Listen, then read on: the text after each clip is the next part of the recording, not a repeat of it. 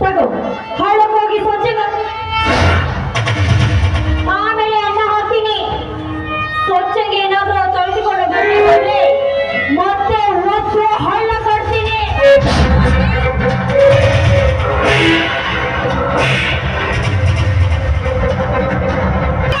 ಕಚ್ಚೆಗೆ ಲಚ್ಚೆ ಪೆಟ್ಟು ಇದ್ದ ಹಾಗೆ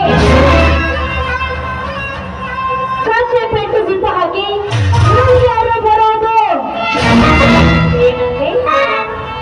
ನಾಯಿ ನೋಡಿ ಗುಂಡಿ ತರಬೇಕು, ತಾಯಿ ನೋಡಿ ಹೇಗೆ ತರಬೇಕು ಅಂತ ಹೇಳಿದೆಯಲ್ಲ, ಅದರ ಪ್ರತಿಕಾರವೇ ಇದು.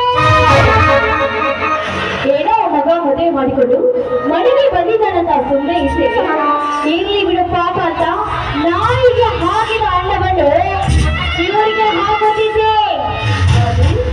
ನೀವು ಮಾಡಿದ್ದೇನು? ನನಗೆ ಅವಮಾನ, ನನಗಾದ ಅವಮಾನದಿಂದ ನಿಮಗೆ ಈ ರೀತಿ ತೀರಿಸ್ಕೊಳ್ತಾ ಇದ್ದೀನಿ. ಇಲ್ಲ, ಈ ಮುದಿ ಹುಡುಗನು ನಾವು ಸುಮ್ಮನೆ ಬಿಡೋದಿಲ್ಲ.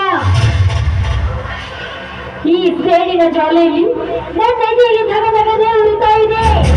ಅದನ್ನು ನಂಬಿಸ್ಕೋಬೇಕಾದ್ರೆ ಈ ಪಾಪಿಗಳಿಗೆ ಸರಿಯಾದ ಶಿಕ್ಷೆ ಕೊಡಿ.